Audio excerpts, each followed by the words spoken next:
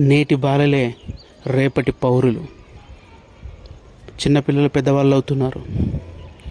ఆ చిన్నపిల్లల మీద జరిగేటటువంటి అఘాయిత్యాలు కూడా, ఘోరాలు కూడా పెరుగుతూనే వస్తూ ఉన్నాయి. వాటితో పాటు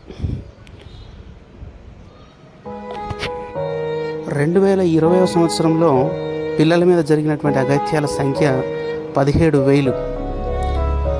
అదే 2021కి వచ్చేసరికి 1,00,000 గాను, 2022కి వచ్చేసరికల్లా 2 లక్షలు గాను, దురదృష్టవశాత్తు 2023కి వచ్చేసరికి 4 లక్షల కేసులుగా నమోదైంది.